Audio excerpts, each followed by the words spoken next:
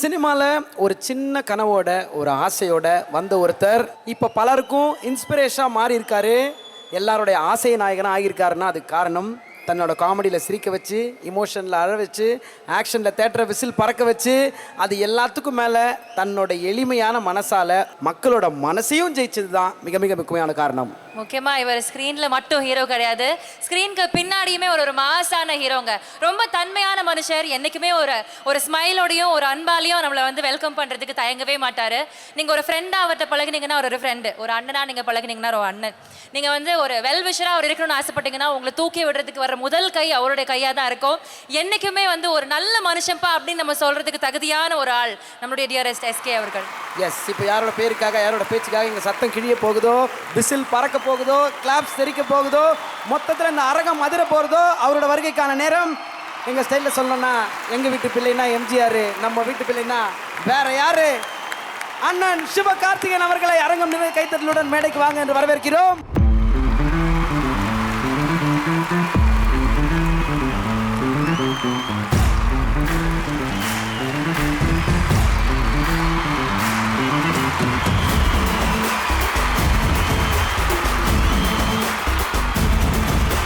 நமக்கான காலம் நெருப்பான வேகம் இங்கே வந்திருக்கிற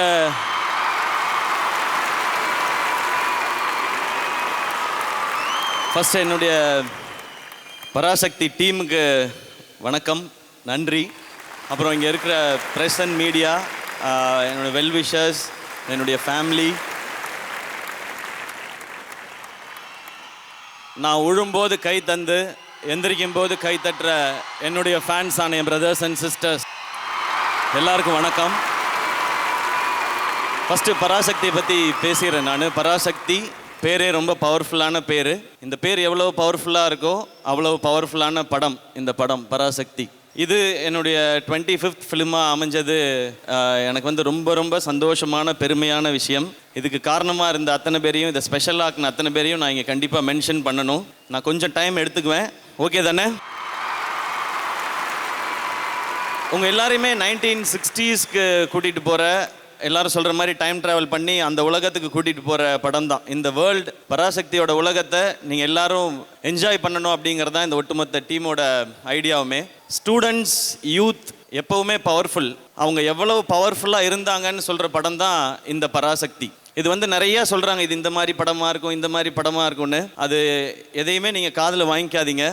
இது யாருக்கும் எதிரான படமோ யாரையும் தப்பாக காட்டுற படமோ அப்படி கிடையவே கிடையாது. இது உண்மையான தியாகத்தை இந்த மண்ணுக்காக, மொழிக்காக, எல்லாருக்காகவும் இன்னைக்கு நாம் வாழ்கிறதுக்கும் சேர்த்து அன்னைக்கு போராடி உயிர் விட்டுட்டு போன உண்மையான தியாக செம்மல்கள் இவங்க எல்லாருக்கும் ஒரு வணக்கம் செலுத்துகிற படமாக தான் இந்த படம் இருக்கும். இந்த படம் உங்களுக்கு நம்ம ஊரை பற்றி, நம்ம மண்ணை பற்றி, மக்களை பற்றி சொல்லும். இன்னொரு பக்கம் உங்களுக்கு பயங்கர இன்ஸ்பைரிங்காகவும் இருக்கும். இப்போதைக்கு இந்த படம் பற்றி இது போதும்னு நினைக்கிறேன்.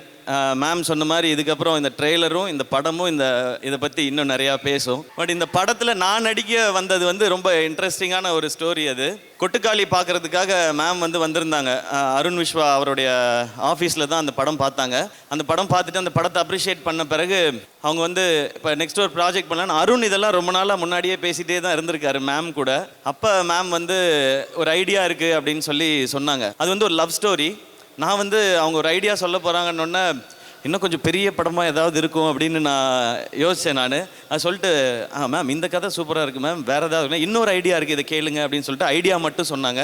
பட் நான் இதுக்கு மேலே கதை சொல்ல மாட்டேன், ஸ்கிரிப்ட் புக் கொடுக்குறேன், நீங்கள் படிங்க அப்படின்னு சொன்னாங்க. படித்து முடிச்சுட்டு அந்த கதை ரொம்ப ரொம்ப பிடிச்சிருச்சு. நான் சொன்னதை தான் படித்து முடிக்கும்போது பயங்கர இன்ஸ்பைரிங்காக இருந்துச்சு. இப்போது அதுக்கப்புறம் ஆகாஷ் ப்ரொடியூஸ் பண்ணலான்னு வந்தார். ஆகாஷ்க்கும் இது இன்ஸ்பைரிங்கான படம் பண்ணணும் அப்படின்னு சொல்லி இறங்கி இந்த படத்தை பண்ணலான் போது அப்படியே டீம் எல்லாம் அசம்பிள் ஆனோம். ஷூட்டிங் வர்றதுக்கு முன்னாடி மேமை பற்றி எல்லாரும் என்கிட்ட சொன்னாங்க, மேம் ரொம்ப டெரர், அவங்கள பற்றி உங்களுக்கு தெரியாது. நீங்கள் எனக்கு ஒரு பயங்கர பதட்டம். நான் ஐயோ எப்படி நம்ம ஹேண்டில் பண்ண போகிறோம், நம்ம என்ன ஆக போகிறோமோ அப்படின்னு தெரிலன்னு சொல்லிட்டு ஷூட்டிங் போகிறேன். ஃபஸ்ட்டு சாங் எடுத்தோம். சாங் வரைக்கும் ஓகே மேம், இதுன்னு சொன்னாங்க. சீன் எடுக்க போகும்போது தான் ஆரம்பிச்சிச்சு. மேம் ஷூட்டிங்லேயே இங்கிலீஷில் தான் எக்ஸ்பிளைன் பண்ணுறாங்க. நேராக இங்கிலீஷ்னால் சும்மா சாதா இங்கிலீஷ் கிடையாது, இட் இஸ் ஷேக்ஸ்பியர் இங்கிலீஷ். அவங்க ஃபஸ்ட்டு சொல்லிட்டு போகும்போது ஓகே அப்படின்னு சொல்லிட்டு நானும் பெர்ஃபார்ம் பண்ணுவேன். பெர்ஃபார்ம் பண்ணோன்னே Siva it's not like that, oh wait you have to do like this அப்படின்னு சொல்லிட்டு ஒரு வார்த்தை சொல்லிட்டு போயிடுவாங்க. அந்த வார்த்தை நமக்கு தெரியாது. நான் உடனே சாட் ஜிபிடி எடுப்பேன். டேய் மச்சான், இதுக்கு ஒரு வார்த்தை சொல்லியிருக்காங்க, இதுக்கு என்ன அர்த்தம்? நல்ல கேள்வி கேட்டீர்கள். டே நீ பாராட்டுறதெல்லாம் நிறுத்துறா முதல்ல சாட் ஜிபிடி, இதுக்கு அர்த்தத்தை சொல்கிறா அப்படின்னா ஓகே அப்படின்னு சொல்லிட்டு நான் ஒரு பெர்ஃபார்ம் பண்ணுவேன். இப்படி முதல் நாள் 2 நாள் ஆனோன்னா மேம் வந்து ஒரு மாதிரி டிஸ்டர்ப்டாகவே இருக்காங்க. மேம் வந்து Siva today I want to talk to you அப்படின்ட்டாங்க. போச்சுரா காலேஜை ஞாபகப்படுத்திட்டாடுங்க, டீச்சரை ஞாபகப்படுத்திட்டாங்க அப்படின்னு நான் என்ன பேச போகிறாங்க எனக்கு தெரியல. Siva what is your problem with me, என்ன what is your problem, why you are not doing what I am saying அப்படின்னாங்க. Ma'am wait, this is the problem, you talk only in English, that is my big problem madam. நான் ஏற்கனவே கௌதம் மேனன் படம் பண்ணியிருந்தாவது எனக்கு ஒரு அந்த எக்ஸ்பீரியன்ஸாக இருந்திருக்கும். அவராக சொல்லியிருப்பாரு, Siva you are coming and seeing the girl and you are saying what you want to, அப்படியாவது நமக்கு ஒரு எக்ஸ்பீரியன்ஸாக அது இருந்திருக்கும். அதுவும் இல்லை, நான் சொல்லிட்டேன் மேம் இங்கிலீஷ் இஸ் த ப்ராப்ளம்னு. Ma'am oh my god is that the problem நாங்கள். Yes madam that is the problem, you speak basic English, our British English I am okay, you speak Shakespeare English I am not okay. Okay இனிமேல் நான் அதை பார்த்துக்கிறேன். அன்னையிலேருந்து okay ஒரு பயங்கரமான அதுலேருந்து sink வந்துடுச்சு எனக்கு. வந்து மேம் ஓகே சொன்னால் அது ஓகே. இன்னொரு பிரச்சனை இருக்குது மேம்கிட்ட, பாராட்டுறதெல்லாம் அதுக்கெல்லாம் டைம் இல்லை அவங்களுக்கு. ஒரு நாளைக்கு 5 சீன் எடுக்கணும், கட்டன் ஓகே அப்படின்றவாங்க. கட்டன் ஓகேவா, தூக்கி போடுறா இவனுக்கு இவ்வளோ தாண்டா வரும் நடிப்பு, அடுத்த ஆள் வர சொல்கிறான், அந்த மாதிரி நம்ம நினச்சிக்குவோம். ஆனால் அந்த கட்டன் ஓகே தான் சூப்பரே. இப்படி மேமை நான் வந்து ஸ்டடி பண்ணி மேம் உங்களை பற்றி நான் பிஹெச்டியே பண்ணுவேன், அந்த அளவுக்கு ஸ்டடி பண்ணி. மணி சார் கூட இவ்வளோ தெரியாது மேம். பட் இந்த ஷூட்டிங் எக்ஸ்பீரியன்ஸ் மேம் டெடிக்கேட்டடாக சின்சியராக எப்படி வேலை செய்யணும் அப்படிங்கிறத உங்கள்கிட்ட இருந்து அப்படியே படிச்சுக்கலாம், கற்றுக்கலாம் மேம். மார்னிங் 7 மணிக்கு ஃபஸ்ட் ஷாட் ஆரம்பிச்சிடும், 4 மணிக்கு எந்திரிச்சு ஒர்க் அவுட் முடிச்சுட்டு 5:30க்கெலாம் செட்டுக்கு போய்டும். 7 o'clock ஃபஸ்ட் ஷாட்டு, ஈவினிங் 5:30 6 வரைக்கும் ஷூட் பண்ணுவாங்க. ஒரு நிமிஷம் கூட வேஸ்ட் பண்ணவே மாட்டாங்க மேம். அதனால தான் இந்த படம் வந்து 85 டேஸில் மேம் முடிச்சிருக்காங்க. 82 சாரி மேம், ஒரு 3 days மேம் ப்ளீஸ். நான் 67 days தான் ஒர்க் பண்ணேன் இந்த படம். இவ்வளோ பெரிய படம், இவ்வளோ ஆக்ஷன் எமோஷன்ஸ் இருக்க படம். ஸோ சுதா மேம் இது ஒரு கிரேட் எக்ஸ்பீரியன்ஸ், நிறையா லேர்னிங் உங்களோட. இந்த படம் நிச்சயமாக நல்லா ஓடுன்ற நம்பிக்கை இருக்குது. ஆனால் உங்களுக்காகவும் உங்கள் உழைப்புக்காகவும் நீங்கள் இவ்வளோ நாள் இதுக்குள்ளே ட்ராவல் பண்ணதுக்காகவுமே இது பெரிய பெரிய பெரிய பெரிய சக்ஸஸ் ஆகணுன்றது என்னுடைய ஆசை மேம். அது கண்டிப்பாக நடக்கும்னு நான் நம்புகிறேன். அண்ட் தேங்க்யூ எனக்கு இந்த செழியன்ற பவர்ஃபுல் கேரக்டர் கொடுத்ததுக்கு. அண்ட் அது மட்டும் இல்லாமல் இப்படி ஒரு கதை கூட இப்படி அமேசிங்கான கோஸ்டார்ஸ் இந்த மாதிரி டெக்னீஷியன்ஸ் கொடுத்ததுக்கும் ரொம்ப ரொம்ப நன்றி மேம். தேங்க்யூ. இதுக்கு மேலே என்ன சொல்கிறதுன்னு தெரியல, நடுவில் எதோ மறந்துட்டேன்னா நான் ஞாபகப்படுத்தி சொல்கிறேன் ma'am. Thank you ma'am, thanks for all the love. And அடுத்து ரவி மோகன் சார். சார் எனக்கு உங்களை பற்றி ஃபஸ்ட்டு யோசிச்சேன்னா, நான் காலேஜ் படிக்கும்போது உங்களோட படம் பார்த்தா தான் எனக்கு முதல்ல ஞாபகம் வருது. அதில் எம் குமரன் சன் ஆஃப் மகாலட்சுமியில் உங்களோட ட்ரெஸ்ஸிங் ஸ்டைல் அவ்வளவு சூப்பராக இருக்கும். அந்த பூட் கட் ஜீனும் அந்த டிஷர்ட்ஸும் பயங்கர ட்ரெண்டியாக, அந்த மாதிரிலாம் டிஷர்ட் கிடைக்குமான்லாம் நாங்கள் போய் தேடி இருக்கோம். அதுக்கப்புறம் உங்களுடைய படம், உங்களுடைய பெர்ஃபார்மன்ஸ், உங்களுடைய எக்ஸ்பீரியன்ஸ் இது எல்லாத்தையும் ரசிக்கிட்டே வந்தோம். ஒரு பர்சனாக உங்களை ரசிக்கிறதுக்கான ஆப்பர்ச்சுனிட்டி தான் இந்த படம். அது எனக்கு இந்த பராசக்தியில் நடந்திருக்கு. இது ரொம்ப ரொம்ப ஸ்பெஷலானதுக்கு நீங்கள் மிக முக்கியமான காரணம். மேம் வந்து ஒரு நாள் ஃபோன் பண்ணி, சிவா லிசன், ரவி வந்து இந்த வில்லன் ரோலுக்கு ஓகே சொல்லிட்டார் அப்படின்னு சொன்னோன்னே நான் வந்து தலைவர் மோடுக்கு போயிட்டேன். எது ஜெயம் ரவியா வில்லன் கேரக்டரா, ஒத்துக்கிட்டாரா, அப்படி போயிட்டேன் நான். மேம் என்ன மேம் சொல்கிறீங்கன்னு, ஆமாம் ஹீ செட் எஸ். ஒரு ஷாக். இது வந்து ஆக்சுவலாக சந்தோஷமாக இருக்க வேண்டியது. நாங்கள் 2 பேரும் ஒத்துக்கிட்டாரா மேம் ஓகே. அப்போ மேம் அவர் இந்த செட்டுக்கு வரும்போது அவர் வந்து ஒரு பெஸ்ட் எக்ஸ்பீரியன்ஸாக இருக்கணும் மேம் அப்படின்னு பேசிட்டோம். மேம் சொன்னாங்க, ஸோ நான் அவருடைய ரோலுக்காக இன்னும் கொஞ்சம் டீட்டெயிலிங் பண்ண போகிறேன் மேம். என்ன டீட்டெயிலிங்னாலும் பண்ணுங்கள் மேம், இது வந்து பயங்கரமான எக்ஸ்பீரியன்ஸாக இருக்க போகுது மேம் சொன்னேன். அவர் எவ்வளோ ஸ்வீட், அவ்வளோ சூப்பர், ஒரு அமேசிங்கான ஹியூமன் பீயிங். அதுக்கு அப்படியே ஆப்போசிட் இந்த படத்தில் ஸ்க்ரீனில் ஒரு டெரிஃபிக்காக டெரராக ஒரு ஸ்டைலிஷான ஒரு வில்லனை நீங்கள் பார்க்க போகிறீங்க. அவருடைய படத்திலே தனி ஒருவனில் அரவிந்த் சாமி சாரோட ஒரு ஸ்டைலிஷான வில்லன் ரோல் நம்ம பார்த்தோம். ஆனால் இது வந்து அந்த ரோல் ப்ளஸ் அதுக்குள்ளே ஒரு ஒரு டெவில் இருந்தால் எப்படி இருக்கும், அது ரெண்டும் சேர்ந்தது தான் அவ்வளோ பவர்ஃபுல்லான ரோல். சார் நீங்கள் அவ்வளோ பவர்ஃபுல்லாக இருக்கிறதுனால தான் இந்த செழியன் ரோல் இன்னும் பவர்ஃபுல்லாக இருக்குது. And thanks for it's wonderful experience. நாங்கள் 2 பேரும் சண்டை போட்டுக்கும் போது மேம் வந்து சொல்லுவாங்க, C you have to fight, like எப்படி சொல்கிறது அப்படின்ட்டு, உங்களுக்கு யாரை பிடிக்காதோ அவங்கள மனசில் நினச்சிக்கிட்டு அடிங்க அப்படின்னு நான் சொல்ல. மேம் அவர் அப்படி யாரையா நினச்சிட்டு எனக்கு கொண்டு போகிறாரு மேம் அப்படின்னு. சரி அப்போ அவரை விடுங்க, நீங்கள் நினச்சிக்கங்க உங்களுக்கு யாரை பிடிக்காதோ அப்படி நினச்சிக்கிட்டு அடிங்க மேம். எனக்கு பிடிக்காதவங்கள்ட்ட நான் சண்டைக்கே போக மாட்டேன் மேம். நான் பாட்டுக்கு வேற பக்கம் bro this is not going to work out அப்படின்னு சொல்லி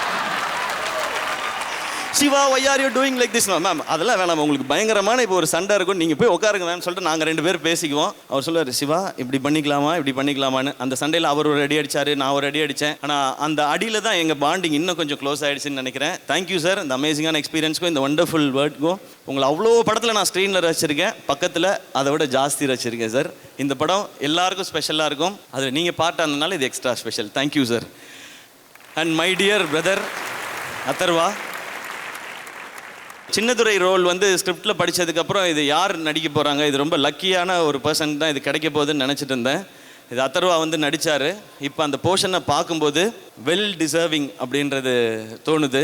அவருடைய சாம், கரிஸ்மா, ஆட்டிடியூட் அது இந்த ரோலில் பயங்கரமாக இருக்குது. ப்ரோ உங்களுக்கு இந்த படத்தில் என் கூட நீங்கள் வந்து நம்ம எல்லாம் சேர்ந்து ஒர்க் பண்ணது ஒரு சந்தோஷம். அதை விட எக்ஸ்ட்ரா சந்தோஷம் நீங்கள் எனக்கு வாங்கி கொடுத்த ஸ்வீட்டு, டெசர்ட்ஸ், ஐஸ்கிரீம்லாம்.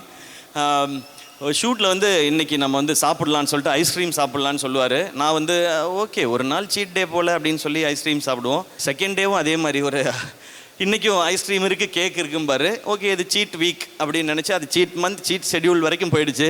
ஆனால் அப்புறம் தான் நான் ரியலைஸ் பண்ணேன், இந்த மனுஷன் எனக்கு ஐஸ்கிரீம் வாங்கி கொடுத்துட்டு அவர் போய் ஈவினிங் பயங்கரமாக ஒர்க் அவுட் பண்ணிடுறாரு. நான் வந்து இன்றைக்கி ஸ்வீட்டு சாப்பிட்டோம் ஜாலியாக இருக்குது, ஐஸ்கிரீம் சாப்பிட்டோம் ஜாலியாக இருக்குன்னு படுத்து எழுந்திரிச்சிட்டு அந்த மாதிரி இருந்தோம். பட் இங்கே இண்டஸ்ட்ரியில் எனக்கு கொஞ்சம் நண்பர்கள் தான் இருக்கிறாங்க. அதில் அந்த நண்பர்ன்ற கேட்டு தாண்டி ஒரு பிரதர் அப்படின்ற ஃபீல் வந்துருச்சு. இன்றைக்கி ஒரு ஸ்வீட்டாக ஒரு மெசேஜ் அனுப்பிச்சிருந்தாரு. Thanks for all the love Atharva bro. நான் இன்றைக்கி சொன்ன மாதிரி தான் இன்னொரு படம் சேர்ந்து நடிப்போம். அது இன்னும் கொஞ்சம் ரகலையாக ஃபன்னாக இன்னொரு படம் ஒன்று பண்ணுவோம். அது எனக்கு ஆசை. சின்னதுரை ரொம்ப ரொம்ப ரொம்ப ஸ்பெஷலான ஒரு ரோல், எனக்கு ரொம்ப ஃபேவரட் இந்த படத்தில். அதில் நீங்கள் பயங்கரமாக இருக்கீங்க ப்ரோ. அதுவும் ஒரு சீனில் வந்து நீங்கள் அந்த 60s அந்த லுக்கில் வாயில் வந்து சிகரெட் வச்சுட்டு அப்படி ஸ்டைலாக இடுப்பில் கை வச்சுட்டு நிற்பீங்க. Super class, super. அண்ட் இந்த ரோல் டெஃபினட்டாக உங்களை பிடிச்ச எல்லாரையுமே நான் ஃபஸ்ட்டு தம்பியோட ஆடியோ லான்ச்சில் சொல்லியிருந்தேன். நான் இந்த ரோல் உங்களை பிடிச்ச எல்லாரையும் சந்தோஷப்படுத்தும், பெருமைப்படுத்தும், அப்பாவை இன்னும் பெருமைப்படுத்தும் இந்த படம். Murali sir thank you. And Ratnamala வணக்கம் வணக்கம். கூச்சண்டி கொஞ்சம் தெலுங்கு கற்றுக்கிட்டேன் இப்போ அவங்கக்கிட்ட. அவங்க ஒரு கிரேட் எனர்ஜி, எல்லோரும் சொன்னது தான், ஒரு அமேசிங்கான எனர்ஜி, ஒரு கிரேட் டேலண்ட், கிரேட் டான்ஸர். இதுக்கு முன்னாடி வந்த படங்கள் எல்லாம் அவங்களுடைய பெர்ஃபார்மன்ஸ் பார்த்துப்போம். பட் டான்ஸ் வந்து எல்லாருக்குமே ரொம்ப பிடிக்கும். நான் ஃபஸ்ட்டு ரொம்ப பயங்கரமாக பார்த்தது இந்த குறிச்சி மரத்தப்பட்டி மரத்தப்பட்டி மரத்தப்பட்டி மரத்தப்பட்டின்னு அந்த பாட்டு தான். அதுக்கு அர்த்தம் நமக்கு தெரியல, ஆனால் அந்த பாட்டு பயங்கரமாச்சு. அந்த டான்ஸ் தான் பார்த்தோம். அவங்க டான்ஸ் எவ்வளவு பிடிச்சதோ அந்த அளவுக்கு இந்த படத்தில் அவங்களோட பெர்ஃபார்மன்ஸ் பிடிக்கும். ஏன்னா சுதா மேமோட படத்தில் ஹீரோயின்கோட ரோல்ஸ் எல்லாமே ரொம்ப ஸ்ட்ராங்காக இருக்கும். ஸோ அவங்களோட ஃபஸ்ட்டு தமிழ் படமே சுதா மேம் படம் இப்படி ஒரு ரோல்ன்றது ஒரு சூப்பரான விஷயம். அதை அவங்க பயங்கரமாக பண்ணிட்டாங்க. Very happy for you Sheela. ஒரு சூப்பர் பெர்ஃபார்மன்ஸ். அந்த நீங்கள் ஆடுற ஒரு பயங்கரமான டான்ஸ் இருக்குல்ல அந்த ஸ்பீடில். ஏன்னா இவங்க டான்ஸ் ஆடும்போது நம்ம யூடியூப்பில் செக் பண்ணணும், அது 1xல ப்ளே ஆகுதா 2xல ப்ளே ஆகுதான்னு அதை நம்ம ஒரு வாட்டி செக் பண்ணணும். அந்த மாதிரி ஒரு ஸ்பீடு, அந்த மாதிரி டான்ஸ் இந்த படத்தில் இல்லை. அடுத்து ஏதாவது படத்தில் நடிக்கும்போது வந்ததுன்னா நானும் ட்ரை பண்ணுறேன் அந்த மாதிரி ஆடுறதுக்கு. தேங்க்யூ இந்த படத்தில் உங்களுடைய இந்த எக்ஸ்பீரியன்ஸ்க்கும் நீங்கள் வந்து இது பண்ணதுக்கும். And it is going to be very special film. உங்களுக்கு அந்த ஃபஸ்ட் தமிழ் ஃபிலிமே ரொம்ப சூப்பராக இருக்க போகுது. அண்ட் அடுத்து ஜிவி 100 படம் 20 இயர்ஸில். வயசு என்னையா ஒரு 35? அது எதுக்கு சொல்லிட்டு அப்படின்றாப்புல. ஓகே. பட் இந்த ஸ்பேனில் 100 ஃபிலிம்ஸ், இத்தனை ஜானர், இப்படிப்பட்ட சாங்ஸ்ன்றது ஒரு கிரேட் அச்சீவ்மெண்ட். நாங்கள் அமரனில் தான் ஃபஸ்ட்டு ஒர்க் பண்ணோம். அந்த படம் ஒரு கிட்டத்தட்ட ஒரு இண்டஸ்ட்ரி ஹிட் அந்த லெவலுக்கு போச்சு அமரன். அதுக்கு இவருடைய சாங்ஸும் மியூசிக்கும் ஒரு மிக முக்கியமான காரணம். திரும்பவும் பராசக்தியில் சேர்ந்துருக்கோம். இந்த படமும் அதே மாதிரி அந்த மேஜிக்கை ரிப்பீட் பண்ணணும்னு நான் நம்புகிறேன். இந்த படத்தோட சாங்ஸ் அண்ட் பிஜிஎம் எல்லாத்துக்கும் தேங்க்ஸ் யா, சூப்பர் ஒர்க். அண்ட் ஜிவிட்ட ரொம்ப பிடிச்சதுன்னா எல்லா சாங்ஸும் பயங்கரமாக இருக்கும். ஆனால் மெலடி சாங் பண்ணுறதுன்னா அவர் வந்து ஒரு பயங்கரம், அதில் ஒரு தனி ஃபீல் இருக்கும். இந்த படத்தில் இந்த ரத்னமாலா பாட்டை அனுப்பும்போது அதை ஃபோனில் ப்ளே பண்ணிவிட்டு நான் கேட்டேன். நான் அது ஒரு மாதிரி அவர் பாடுறதே எப்படி இருக்குன்னா ரகசியமாக காதில் யாருக்கும் தெரியாமல் பாடுற மாதிரி இருக்கும். ரத்னமாலா ரத்னமாலா. நான் கேட்கும்போது அப்படி தான் கேட்டேன். ரத்னமாலா. யாரும் இல்லை சொல்லுங்கள். நான் மட்டும் தான் கேட்குறேன், ஒன்றும் பிரச்சனை இல்லை, தைரியமாக பாடுங்க. நன்னவீடி அது மாதிரி எல்லா பாட்டும் அப்படி இருக்கும். நீ யார் காதலியா அப்படி ரகசியமாக பாடுறேன்னு கேட்டே இருப்பேன். பட் ஜிவியோட அந்த லவ் ஃபீல் அமேசிங். அதை ஒரு மியூசிக் போடுறதுல மட்டும் இல்லை, நடிக்கிற படத்துலேயும் லவ் ஃபீல் அமேசிங்காக தான் இருக்குது. சமீபத்தில் கூட ஒரு டீசர் பார்த்தேன், நல்லா இருந்துச்சு. But super. இன்னும் 100 ஃபிலிம்ஸ், இன்னும் 150, 200ன்னு போட்டோம். அண்ட் இன்னும் நிறையா டிஃப்ரெண்ட் ஜானர் அமேசிங்கான ஃபிலிம்ஸ் உங்கள்கிட்ட இருந்து வரட்டும். அண்ட் தேங்க்ஸ் இந்த மியூசிக்கு, இந்த ஜேர்னிக்கு. அண்ட் இதோட டெக்னீஷியன்ஸ் ரவிகே சார், ஒரு லெஜெண்ட், ஒரு பெரிய சினிமாட்டோகிராஃபர். அவருடைய இந்த ஃப்ரேம், அவருடைய இந்த என்னை ரொம்ப ரொம்ப அழகாக காட்டியிருக்காரு. Thank you Ravi K sir. அண்ட் இந்த படத்தோட production designer, art director Karthik sir. Sir, Valluvar கோட்டமில் நீங்கள் பண்ணது அது வந்து உங்களுடைய ஒர்க்குக்கு ஒரு சாம்பிள் நினைக்கிறேன். கிட்டத்தட்ட 1,00,000 பேர் அந்த வேர்ல்ட் ஆஃப் பராசக்தியை வந்து பார்த்துருக்கதா எனக்கு வந்து ஆகாஷ் ப்ரோ சொன்னார். Great work. இந்த படம் 60s. அத்தர்வா ப்ரோ சொன்ன மாதிரி எங்களுக்கு அந்த எக்ஸ்பீரியன்ஸே ரொம்ப சூப்பராக பயங்கரமாக இருந்தது. இன்னும் நிறையா ஃபிலிம்ஸ் உங்களோட ஒர்க் பண்ணுறதுக்கு I'm looking forward. And Supreme Sundar மாஸ்டரோட ஃபர்ஸ்ட் ஃபிலிம் நான் ஒர்க் பண்ணுறேன். எங்கள் 2 பேரையும் பயங்கரமாக சண்டை போட வச்சதுக்கு நன்றி மாஸ்டர். ஒரு பேன் இண்டியா ஸ்டண்ட் மாஸ்டர், ஒரு அனிமல், தள்ளுமல்லான்னு அந்த மாதிரி ஃபிலிம்ஸ் எல்லாம் பண்ணுறாரு. ரொம்ப சந்தோஷம் மாஸ்டர் உங்களோட ஒர்க் பண்ணது. Thank you for all the love. And எல்லா டெக்னீஷியன், பூர்ணிமா மேம் இன்னைக்கு போட்டிருக்க இந்த காஸ்டியூம் வரைக்கும், படத்தில் இருக்க எல்லா காஸ்டியூம்லேருந்து எல்லாமே அவங்க தான் பார்த்துட்டாங்க. And Gopi Prasanna designer, CH Balu sir, அதுக்கப்புறம் படத்தில் இருக்க எல்லா டெக்னீஷியன்ஸும், நீங்கள் இருக்கிற அசிஸ்டன்ட் டைரக்டர்ஸ், கேமரா டிபார்ட்மெண்ட் எல்லாரும் தேங்க்யூ. உங்களுடைய அந்த சப்போர்ட் இல்லைன்னா இப்படி ஸ்பீடாக நடக்கிற படம் நீங்கள் எல்லாம் சப்போர்ட் பண்ணலைன்னா இது இப்படி நடந்திருக்காது. அண்ட் ஆகாஷ் ப்ரோ, உங்களை பற்றி சொல்லணும். நான் ப்ரொடியூசர், எனக்கு ஸ்கூல் ஜூனியர் அவர். ஆனால் அப்போது அவ்வளோ பயங்கர க்ளோஸ் அப்படி பழக்கம் இல்லை, அப்போ எனக்கு தெரியாது. இப்போ இங்கே வந்ததுக்கப்புறம் தான் நான் கேம்பியன் அப்படின்னு சொல்லி கேட்டு தெரிஞ்சுக்கிட்டோம். தேங்க்யூ. இந்த படத்தை நீங்கள் இவ்வளோ சூப்பராக ப்ரொடியூஸ் பண்ணது மட்டும் இல்லாமல் இதை கொண்டு போய் சேர்க்குறது வந்து ஒரு அமேசிங்காக இருக்குது. உங்களுடைய இந்த ப்ரமோஷன் இது எல்லாமே ரொம்ப சூப்பராக இருக்குது. Thank you for all the support. And இந்த படத்தில் நான் வேறு யாரையும் மிஸ் பண்ணியிருந்தா வெரி சாரி. நான் இந்த பதட்டத்தில் இருக்கேன். லிரிசிஸ்ட், சிங்கர்ஸ், கொரியோகிராஃபர்ஸ் எல்லாருக்கும் என்னுடைய நன்றிகள். இந்த படம் இவ்வளோ பேர் சேர்ந்து ஒர்க் பண்ணியிருக்க இந்த படம் ஜனவரி 10ஆம் தேதி ரிலீஸ் ஆகுது. நீங்கள் எல்லாம் தேட்டரில் போய் பாருங்கள். இப்போ நான் இந்த ரிலீஸ் மேட்ருக்கு வரேன்.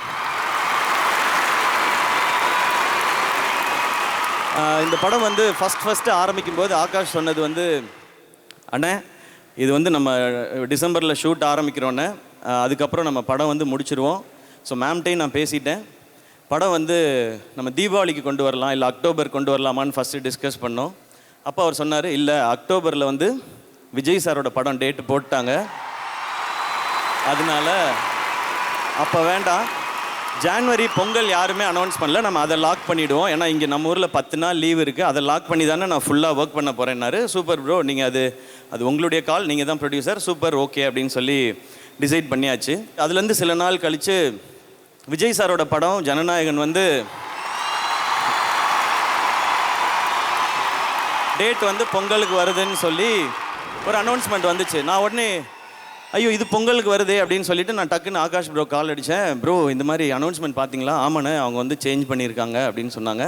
நான் சொன்னேன், ப்ரோ இது மாதிரி அந்த படமும் வருது, நம்மளும் பொங்கல் சொல்கிறோமேன் போது 10 நாள் இருக்கிறதுனால 2 படம் கண்டிப்பாக தாங்குண்ணே அப்படின்னாரு. ஓகே, பட் நம்ம வந்து ஏதாவது சேஞ்ச் பண்ண முடியுமா அப்படின்னு கேட்டேன். அப்போ அவர் சொன்னார், அண்ணே சேஞ்ச் பண்ணுறதுல ஒரு 2 சிக்கல் இருக்குண்ணே.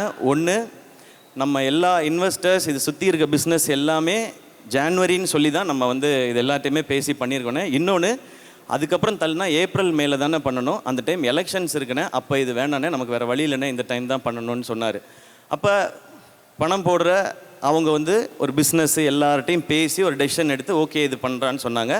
சரி ஓகே, இதை நான் கேட்டுட்டேன். ஓகே ப்ரோ, ஏன்னா அது கரெக்டான இதாகவும் இருந்துச்சு. படம் அவங்க எப்படி கரெக்டாக பொசிஷன் பண்ணணும்னு நினைக்கிறாங்களோ அதை கரெக்டாக நம்ம ஏற்றுக்கிறது தான் நம்ம ஒரு ஆர்டிஸ்டாக நம்மளோட வேலை. இப்போ நான் என்ன பண்ணேன்னா, ஓகே ஆனால் இது கரெக்டாக கம்யூனிகேட் மட்டும் பண்ணிடணும்னு சொல்லிட்டு நான் ஜெகதீஷ்க்கு ஃபோன் அடித்தேன். ப்ரோ, ஜெகதீஷ் எல்லாருக்குமே தெரியும், விஜய் சாரோட இருக்கிறவர், அவருக்கு நான் ஃபோன் பண்ணேன். நான் ப்ரோ இந்த மாதிரி படம் நீங்கள் வந்து போஸ்ட்பான் பண்ணிட்டீங்க ப்ரோ அப்படின்னேன். ஆமாம் ப்ரோ, அது வந்து இந்த டிஜிட்டல் பிஸ்னஸ் நிறையா ரீசன்ஸ் இருந்தது, அதனால போஸ்ட்பான் பண்ணிட்டோம் அப்படின்னாரு. ப்ரோ நம்ம படம் அப்போ அனௌன்ஸ் பண்ணியிருந்தோமே ப்ரோன்னு அவரும் சொன்னார், ப்ரோ 2 படம் வரலாம் ப்ரோ, 10 days லீவ் இருக்குல்லனாரு. ப்ரோ 2 படம் வர்றது பிரச்சனை இல்லை ப்ரோ, சாரோட லாஸ்ட் ஃபிலிம்னு சொல்கிறாங்க, அதனால தான் ப்ரோ எனக்கு வந்து அது வரியாக இருக்குன்னு அதனால தான் யோசிச்சுட்ருக்கேன்னு. அப்போ ஜெகதீஷ் சொன்னார், ப்ரோ அதெல்லாம் ஒன்றும் பிரச்சனை இல்லை ப்ரோ, நம்ம 2 படமும் சூப்பராக இருக்கும் அப்படின்னாரு. இல்லை ப்ரோ, இது நீங்கள் நல்லா புரிஞ்சுக்குங்க, லாஸ்ட் ஃபிலிம்னால சார்கிட்ட என்ன செனாரியோங்கிறத கரெக்டாக இன்ஃபார்ம் பண்ணிவிடுங்க, இல்லைனா நடுவில் யாராவது சிலர் காமெடி பண்ணிகிட்டு இருப்பாங்க தேவையில்லாமல், அதனால நீங்கள் சொல்லிவிடுங்க அப்படின்னு சொன்னேன். நான் 5 minutes கொடுங்க, நான் பேசிட்டு வரேன் அப்படின்னாரு. கரெக்டாக ஒரு 10 minutes கழிச்சு அடித்தார். ப்ரோ சார்கிட்ட எல்லாமே நான் டீட்டெயிலாக சொல்லிட்டேன், எல்லாம் ஓகே, ஆல் ஓகே, சார் உங்களுக்கு விஷயம் சொல்ல சொன்னார், நம்ம சூப்பராக பண்ணிடலாம், 2 படமும் சிறப்பாக இருக்கும் அப்படின்னு சொன்னார். இவ்வளோ தான் இதுக்குள்ளே நடந்த மொத்த கதையும். இதை வந்து டோட்டலாக மாற்றி வேறு மாதிரி பேசும்போது அது நம்ம என்ன பண்ண முடியும், சிலருக்கு வன்மம், சிலருக்கு வியாபாரம், சரி அவங்கள டிஸ்டர்ப் பண்ணாமல் நம்ம விட்டுருவோம். அப்படின்ட்டு நமக்கு தெரியும்ல நம்ம என்ன ரெஸ்பெக்ட் என்ன ஈக்குவேஷன் வச்சுருக்கோம். ஏன்னா கோட் படம் பார்த்துட்டு நான் வந்து விஜய் சாருக்கு கால் பண்ணேன். கால் அட்டன் பண்ணி சார் ஃபஸ்ட்டு சொன்னது ஹாய் ப்ரோ அப்படின்னாரு. ஹலோ சார், சார் கோட் பயங்கர என்டர்டெய்னிங்காக இருந்துச்சு சார், சூப்பர் சார் அப்படின்னேன். தேங்க்ஸ் ப்ரோ அப்படின்னாரு. சார் எதுக்கு சார் தேங்க்ஸ் சொல்கிறீங்க? எனக்கு இந்த படத்தில் உங்களோட இருந்தது ஒரு ஸ்பெஷல் மூமெண்ட் சார், அது எனக்கு ரொம்ப மெமரபுளாக இருக்கும். இல்லை ரொம்ப ஸ்வீட்டாக வந்து நீங்கள் இந்த பண்ணி கொடுத்தீங்கல்ல, நான் உங்களுக்கு எத்தனை முறை முடியுமோ அத்தனை முறை நான் தேங்க்ஸ் சொல்லிகிட்டே இருப்பேன்னு அவ்வளவு ஸ்வீட்டாக சொன்னார். இதுதான் எங்கள் 2 பேருக்கு நடுவில் இருக்கிற இந்த ரிலேஷன்ஷிப். ஸோ இதுக்கு நடுவில் யார் என்ன பேசினாலும் அதை பற்றி நீங்கள் கவலையே படாதீங்க. மை டியர் ஃபேன்ஸ் ஆன பிரதர்ஸ் அண்ட் சிஸ்டர்ஸ், ஜனவரி 9ஆம் தேதி எல்லாரும் ஜனநாயகனை செலிப்ரேட் பண்ணுறீங்க தேட்டருக்கு போய்.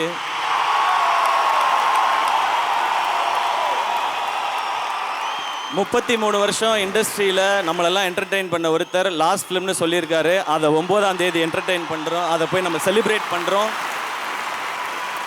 நெக்ஸ்ட் டே ஜனவரி 10ஆம் தேதி நம்ம படத்துக்கு வாங்க, பராசக்தியை செலிப்ரேட் பண்ணுங்க. இந்த பொங்கல் கோலிவுட்டுக்கு அமேசிங்கான பொங்கலாக இருக்கும். இன்றைக்கி இருக்க காலகட்டத்தில் சோஷியல் மீடியாவை ஹேண்டில் பண்ணுறது ரொம்ப டஃப்பாக தான் இருக்குது. எது உண்மை எது பொய்ன்னு கண்டுபிடிக்கவே ரொம்ப கஷ்டமாக இருக்குது. இதில் இந்த ஏஐ வேறு வந்துடுச்சு. நீ ஏஐயான்னு ஏஐட்ட கேட்டு தெரிஞ்சுக்கிற கண்டிஷனில் தான் நாம் எல்லாருமே இருக்கோம். அதனால் இதுக்குள்ளே நீங்கள் உள்ளேயே வராதிங்க, நீங்கள் ஜாலியாக செலிப்ரேட் பண்ணிட்டே இருங்க. எல்லாருக்கும் தெரியும் அவங்கவுங்க படத்தை அவங்கவுங்க சூப்பராக செலிப்ரேட் பண்ணுவாங்க, மற்றவங்க படத்தை மாறி செலிப்ரேட் பண்ணிக்குவோம். மேம் சொன்ன மாதிரி நம்ம சினிமா அந்த லெவலுக்கு போகும். நான் இன்னமும் கிளியராக சொல்கிறேனே, எவன் என்ன வேணால் சொல்லட்டும், என்னை பொறுத்த வரைக்கும் இந்த பொங்கல் அண்ணன் தம்பி பொங்கல், அவ்வளோதான்.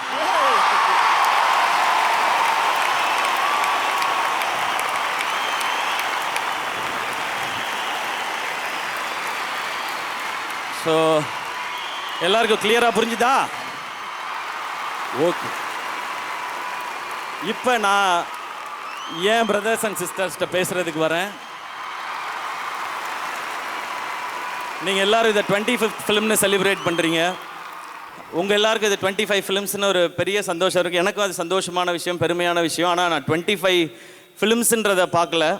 2007 டிவிக்கு வந்ததுலேருந்து இன்றைக்கி இந்த ஸ்டேஜில் நிற்கிற வரைக்கும் இந்த 19 வருஷத்தை தான் நான் பார்க்குறேன். இந்த 19 வருஷம் இந்த ஜேர்னி தான் எனக்கு ஸ்பெஷலாக இருக்குது.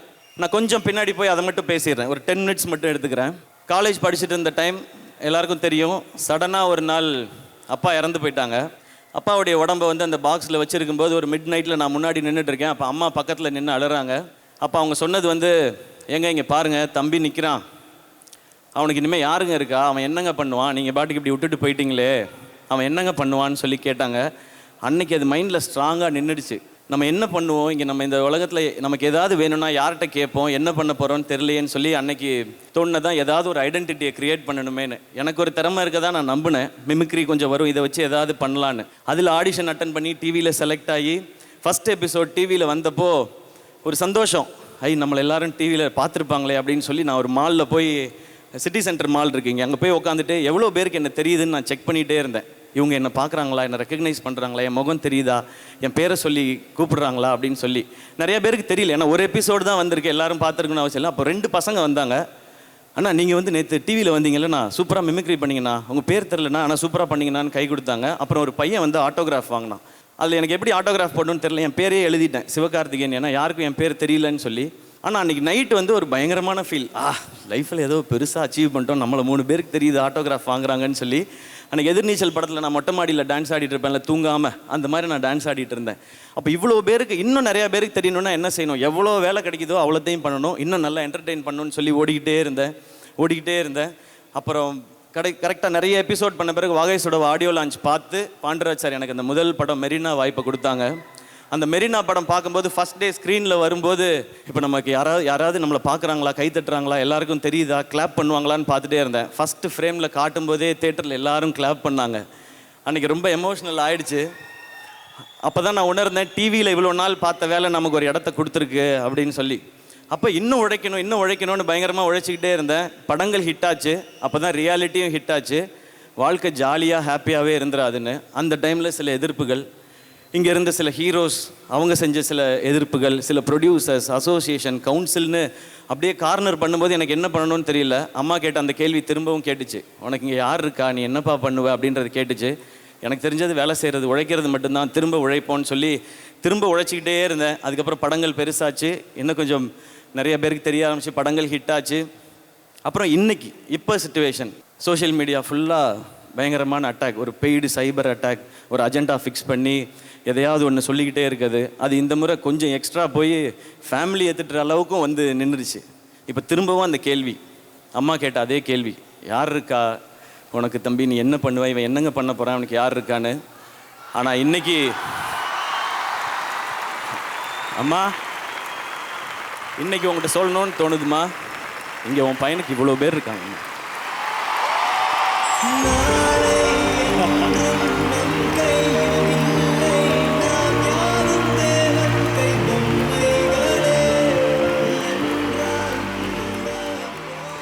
என்ன இங்கே 1000 பேர் தள்ளி விடணும்னு நினைச்சாலும் தாங்கி பிடிக்கிறதுக்கு 1,00,000 பேர் இருக்காங்கம்மா இங்கே. எனக்கு கார் வாங்கினப்ப, வீடு வாங்கினப்ப அப்போல்லாம் நம்ம நல்லா இருக்கோம், வசதியாக இருக்கோம்னு தான் தோணுச்சு. ஆனால் இந்த செகண்ட் இன்னைக்கு இங்கே நம்ம ஜெயிச்சிட்டோன்னு தோணுது உங்களால். இங்கே இருக்க எல்லாருமே என்னோட கொஞ்சம் வயசில் சின்னவங்களாக தான் இருப்பீங்கன்னு நினைக்கிறேன். உங்களுக்கும் என்ன மாதிரி நிறையா கனவு, ஆசை, லட்சியம், ஜெயிக்கணுன்ற வெறி எல்லாமே இருக்கும். அதனால் உங்ககிட்ட இதை சொல்லணும்னு நினைக்கிறேன். நம்ம இந்த மாதிரி கனவு, லட்சியம்லாம் வச்சுருக்கும் போது சுற்றி நிறையா பேர் சொல்லிக்கிட்டே இருப்பாங்க, உனக்கு எதுக்குடா இந்த தேவையில்லாத வேலை, நீ என்ன பெரியவனா, நீ என்ன ஹீரோவான்னு கேட்பாங்க. நீங்கள் எல்லாரும் சொல்லுங்கள், ஆமாடா நான் ஹீரோ தான், என் வாழ்க்கைக்கு நான் தான் ஹீரோ, என் தகுதியை நான் தான் முடிவு பண்ணுவேன்னு சொல்லிட்டு போயிட்டே இருங்க. நம்மளை மாதிரி தனியாக வர்றவங்களுக்கு உழைப்பும் கனவும் தான் பேக்ரவுண்டு. அந்த கிரவுண்டில் நம்ம ஆடுறது தான் கேம், நம்ம அடிக்கிறது தான் சிக்ஸர். இன்னைக்கு கூட ஸ்டார்ட் பண்ணுங்க. டே 1 இந்த உலகம் நீங்கள் யாரோன்னு சொல்லும். 1 டே நீங்கள் யாருன்னு இந்த உலகமே சொல்லும்.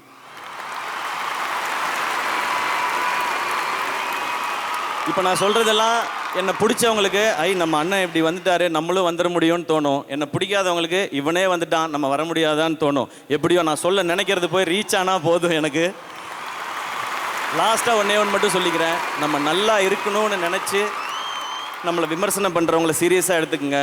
நம்ம நல்லாவே இருக்கக்கூடாதுன்னு நினச்சி விமர்சனம் பண்ணுறவங்கள ஜோக்காக எடுத்துக்கங்க. தீஸ் கைஸ் ஆர் ஃபன்னி கைஸ்யா அப்படின்ட்டு போயிட்டே இருங்க. ஓகேயா? Thank you so much. இந்த அன்பு தொடர்ந்துக்கிட்டே இருக்கும். வேற என்ன சொல்லணும்னு எனக்கு தெரியல. Thank you, love you all.